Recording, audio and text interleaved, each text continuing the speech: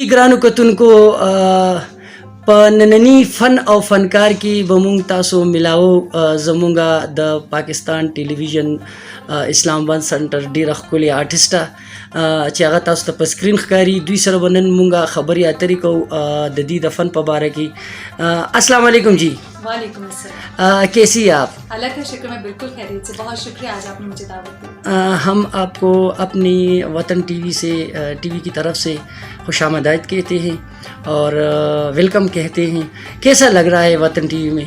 बहुत अच्छा लग रहा है। बहुत शुक्रिया कि आपने मुझे आज दावत दी और मैं बहुत लुक फॉरवर्ड कर रही हूँ कि आप मुझसे क्या सवाल पूछेंगे।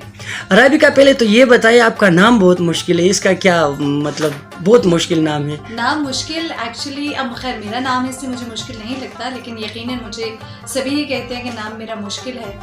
लेकिन आई थिंक मुझे लगता है कि नाम आसान हो या मुश्किल, आपका जो किरदार है वो बहुत मायने रखता है। अगर आप अपने नाम को चाहते हैं कि वो लोगों तक पहुँचे, लोग जाने कि आपने अपना नाम जो मुंतखब हो चुका है वो लोगों के दिलों में घर कर जाए तो आसानी रहती है। शोबिस में कैसे आना हुआ और ये इनकलाब कब हुआ? शोबिस में आना मेरा बड़ा ही सडन था, बिकॉज़ मैं ऑलरेडी जॉब कर रही थी और मुझे पता चला कि एफएम पर ऑडिशंस हो रहे हैं। रेडियो पाकिस्तान का एफएम है, एफएम 101, तो मैं वहाँ पर ऑडिशन देने गई इस्लामाबाद अपने वालिद साहब के साथ। और बहुत ही मेरे लिए अचानक से ऐसी खबर थी कि उन्होंने मुझे सिलेक्ट कर लिया और मेरे घर में भी ये सोचा जा रहा था कि अरे आप जाइए ऑडिशन देकर आइए, आपको कहाँ कोई सिलेक्ट करेगा। सो मेरे लिए बहुत खुशी की बात है, बिकॉज़ हम जब भी रेडियो पाकिस्तान का जिक्र करते हैं तो उसको तरबियती इदारा कहते हैं। सो यकीनन आप बाहर जब काम करने के लिए जाते हैं तो आपसे आपका प्रोफाइल पूछा जाता है, प्रोफाइल मांगा जाता है, लेकिन रेडियो पाकिस्तान या पाकिस्तान टेलीविज़न में हमेशा आपकी तरबियत की जाती है, आपकी आर्ट को निखारा जाता है। तो मैं बहुत फ़ख्र महसूस करती हूँ कि रेडियो पाकिस्तान और पाकिस्तान टेलीविज़न जो है वो मेरे तरबियती इदारों में शुमार होते हैं। अच्छा, आप ये बता दें कि अब तक आपने कितना काम किए, मतलब कितने ड्रामे किए, और सबसे अच्छा ड्रामा, सबसे अच्छा प्रोग्राम जो आपको बहुत पसंद आया वो कौन सा है?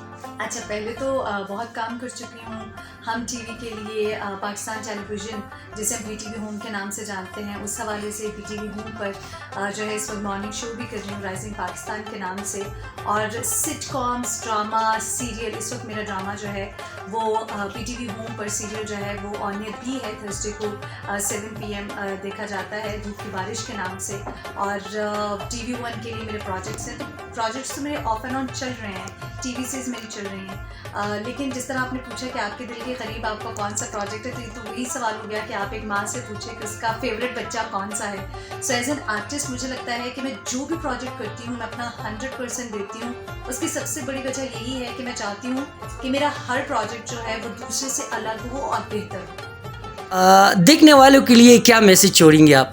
सबसे पहले तो बहुत शुक्रिया वतन टीवी ने मुझे मौका दिया कि मैं आप लोगों से बात कर सकूं। और देखने वालों के लिए मैसेज यही है कि जजमेंटल ना हो। बहुत जल्दी हम किसी से मिलकर, किसी को देखकर अपनी राय जो है वो कायम कर लेते हैं। कोई किस तरह से खाता है, कोई किस तरह से हंसता है, किसी का ओढ़ना पहनना क्या है, हम फ़ौरन से जज करने लगते हैं कि उस इंसान की पर्सनालिटी कैसी है। तो आपसे यही रिक्वेस्ट है कि प्लीज़ दूसरों को जज मत करें। आप अपना काम, अपनी ज़िंदगी को बेहतर बनाएं तो बाकी चीज़ें अच्छी हो जाएंगी। कहा जाता है कि आईने में इंसान खुद को देखता है, तो आप खुद अच्छे हैं तो आपको दुनिया अच्छी और खूबसूरत नज़र आएगी। इस वक्त जो हम लोगों में रेस्टलेसनेस देखते हैं, इम्पेशेंट लोगों को देखते हैं, वो इसी वजह से है कि शायद हम किसी दूसरे को समझने की कोशिश नहीं करते। सो आप खुद बेहतर होंगे तो यकीन जानिए बाकी तमाम तर चीज़ें बेहतर होंगी। मेरा एक और मैसेज है फ्रंटियर फाउंडेशन ब्लड सर्विस वालों की तरफ से और उनके लिए कि वो थैलेसीमिया के तकरीबन 4700 के करीब बच्चे जो उनके पास रजिस्टर हैं उनकी मदद करते हैं, और आप अपनी अतियात, खैरात और ज़कात इन बच्चों तक पहुंचा सकते हैं। इस नेकी में हिस्सा डालिए। राबिका, आपका हमारे स्टूडियो में वतन टीवी में आने का बहुत बहुत शुक्रिया। ये आपका अपना टीवी है, जब भी हमें ज़रूरत पड़ेगी हम आपको याद करेंगे। खुश रहो, आबाद रहो और अपनी दुआओं में हमें याद करो। Thank you. बहुत शुक्रिया। Thank you.